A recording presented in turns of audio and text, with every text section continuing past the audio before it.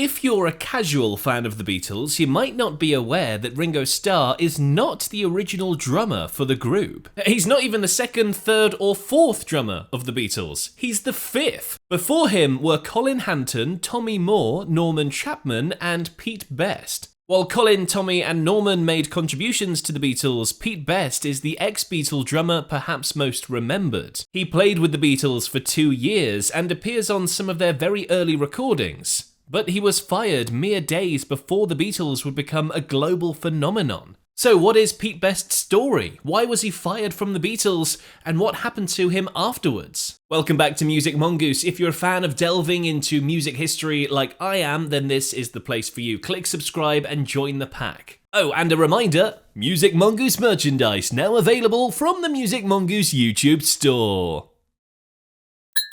Peter Randolph Best was born on November 24th, 1941 in India. His mother, Mona, originally from Delhi, was the daughter of a British Army officer, and she becomes an important part of this story later on. In 1945, the family made the journey by ship to Liverpool, arriving on December 25th. Merry Christmas! In Liverpool, Pete's lovely mummy established a coffee house in the basement of their residence on Hayman's Green in West Derby. This venue, which later became Casbah, quickly gained popularity and became a notable spot for some of the Quarrymen's early gigs. The Quarrymen, by the way, were the Beatles' name before they were the Beatles. To prepare for the grand opening of the Casbah, the Quarrymen pitched in to decorate the space, and they reportedly painted images of spiders, dragons, rainbows, stars, and a beetle. Ooh, foreshadowing. It's here that George Harrison first met Pete, as he explains in the Beatles anthology. It was there at a gig in a club in Hayman's Green in West Derby that I heard about another club being built at number 8 Hayman's Green. I was taken down there and I looked into the cellar that was to become the Casbah. That's when I first met Pete Best. And Paul McCartney adds, and after we'd painted it up, it was our club. The Beatles used to play there. Pete had a drum kit, so he would sometimes sit in with us. He was a good drummer. And when Hamburg came up, he joined us. He was a very good-looking guy, and out of all the people in our group, the girls used to go for Pete. Now, Pete's own band, the Blackjacks, disbanded in 1960. I'm guessing one of the members turned 22. Shortly after, on August 12th of the same year, after Paul McCartney invited him, he joined the Beatles, just one day before their initial journey to Hamburg. Now, at that time, Pete was a very clever sausage. He had excelled academically, and he had the opportunity to attend teacher training college. But he chose performing in Hamburg with the Beatles over that. He was auditioned at Liverpool's Jacaranda Club, owned by Alan Williams, the Beatles' initial manager, as the band struggled to find a drummer willing to travel to Germany. The Beatles began their stint at the Indra Club before moving to the Kaiserkeller, spending their nights in the Bambi Kino cinema. As the sole member with a passing grade in O-level German, Best was better able to communicate with the club owner, Bruno Koschmider. Now, early signs of Best not fitting in were beginning to emerge. He was quite reserved and detached from the group, and he was the only member who did not adopt the iconic Beatle haircut. So if that doesn't tell you he didn't fit in, I don't know what will. In the Beatles anthology, McCartney talks of a certain concern about Pete Best's behaviour. His frequent late nights and relationship with a lady of the night who worked until early morning led him to miss work and contributed to growing tensions within the group. This didn't stop Best and McCartney getting up to a little bit of mischief though. In October 1960, the Beatles transitioned to the Top 10 club owned by Peter Eckhor. While retrieving their stuff from the Bambi Kino, Best and McCartney decided to be a couple of rapscallions. They attached a condom to a concrete wall and set it on fire, as you do. This was reported by Koschmider as attempted arson, and the pair spent the night in a Hamburg jail before being deported. After their return to Liverpool, the Beatles resumed performing, with one of their songs from this period being Pinwheel Twist. Paul wrote the song and asked me to do it. I used to get up and do the twist on stage and Paul played my drums. It was a little novelty act and it went down well with the fans, Pete once explained. Despite the spotlight and the growing popularity, Pete Best wasn't really comfortable at the front of the stage. In April 1961, the Beatles returned to Hamburg, where they were enlisted to serve as the backing band for Tony Sheridan on a series of Polydor recordings. They signed a contract with bandleader Bert Kaempfert and recorded several tracks, including My Bonnie. which was released as a single in October 1961, under the name Tony Sheridan and the Beat Brothers. During this time, Pete Best was great friends with a guy called Neil Aspinall. And Beatles nerds will know this name very well. Neil Aspinall became the road manager for the Beatles, and he later went on to head the Beatles company, Apple Corps. Aspinall knew Harrison and McCartney from school, and he later rented a room in Mona Best's home. And Pete Best recommended hiring Aspinall as the driver for the Beatles for £7 a week. Jackpot. Aspinall also became romantically involved with Mona Best, and their son, Vincent Roag Best, was born on July 21st, 1962. Now, is that a bit weird? Your best mate shacking up with your mum? Let's not get into that now. When Brian Epstein became the Beatles' manager in early 1962, he arranged an audition for them with George Martin at EMI Studios. After reviewing the 4 tracks recorded during the session on June 6, 1962,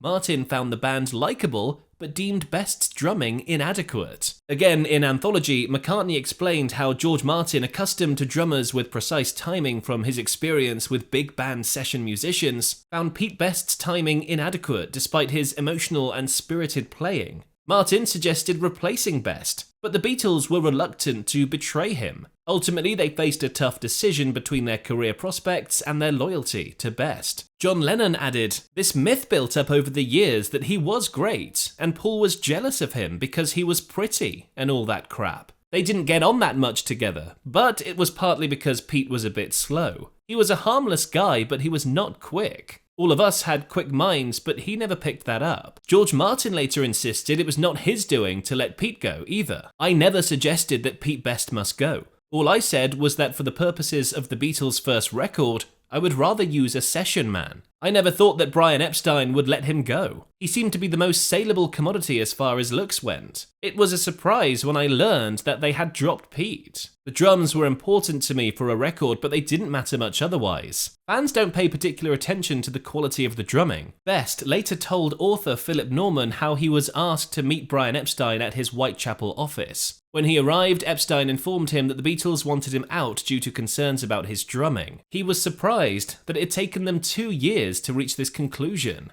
"We were rockers, we were little hardies, we could handle ourselves, but when I got back home and I told my mother what happened, behind the sanctuary of the front door I cried like a baby," Best told the Irish Times in 2020. Neil Aspinall, a great friend of Best, and lover to his mother, was enraged by the news, and considered quitting his role with the Beatles. But Pete himself actually managed to convince him to stay. However, Aspinall did end his relationship with Mona shortly after. Ringo Starr explains in Anthology, "Neil Aspinall was really friendly with Pete Best and his family, and so for a while he wouldn't set my kit up. This lasted for a few weeks, but he got over it. He was all we had. He was driving the van, setting up the gear and everything, and he was a little miffed." George Harrison would explain in Anthology that the band struggled with informing Pete that he needed to leave. Despite his relatively short tenure, letting someone go was difficult, particularly at a young age. Brian Epstein, as the manager, was responsible for the task, but also found it challenging.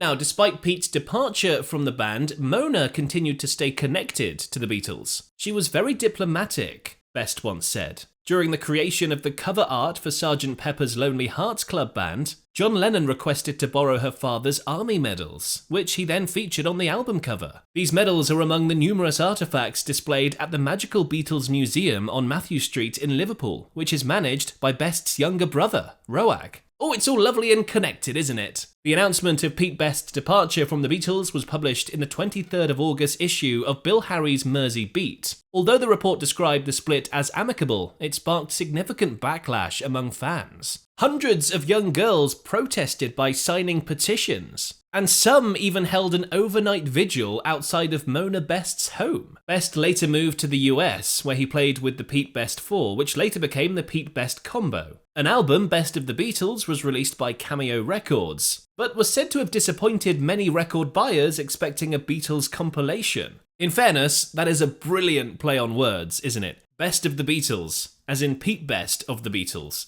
That's genius. In 1968, Pete pretty much left the music industry and often refused to talk about his time in the Beatles. He also made a suicide attempt. He has consistently denied that his suicide attempt was due to depression from being dismissed from the Beatles. "You should never question someone about why they attempted suicide," he remarked. "I don't understand why I did it. All I know is that my mother and my brother Rory discovered me. My mother gave me a stern talking to, and I promised myself I would never go through that again, and I never will." He became a civil servant for 20 years and in 1988 formed the Pete Best Band. Eventually, he began to talk once more about the Beatles, giving interviews and working as technical advisor for the TV film Birth of the Beatles. In 1995, the Anthology 1 album contained a number of tracks with Best on drums. Despite not participating in the book or documentary series, he made a significant amount of money from the royalties. "It wasn't far short of $1 million, he told the Irish Times. On the cover artwork, Best's head was obscured by a picture of Ringo Starr.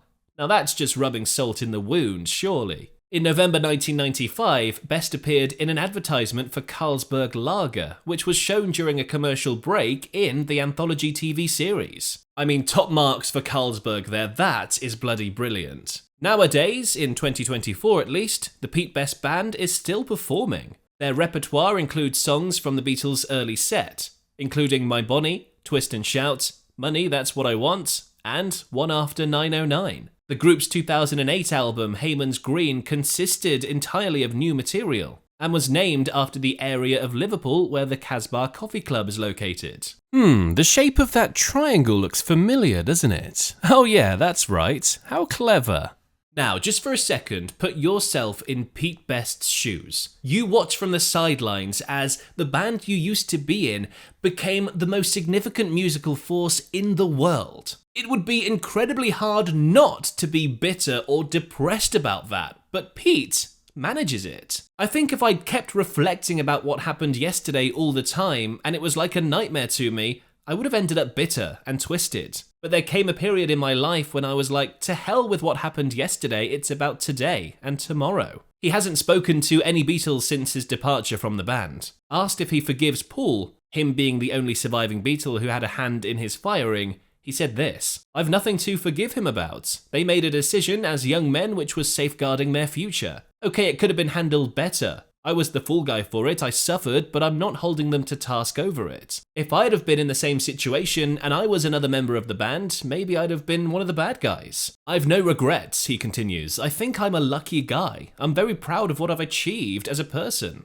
of the examples I've set to people to get on with your life, to pick yourself up. I've been an inspiration, and I'm proud of that." And there is a very special lining to Pete's association with the Beatles. He met his wife Kathy at an early Beatles gig. They've remained married and have welcomed 2 daughters and 4 grandchildren into the world. See? Not all bad, eh? Now, Ringo, of course, would go on to have a monumental career in the Beatles and beyond. But did you know, in 2019, he uncovered a secret message left to him by John Lennon.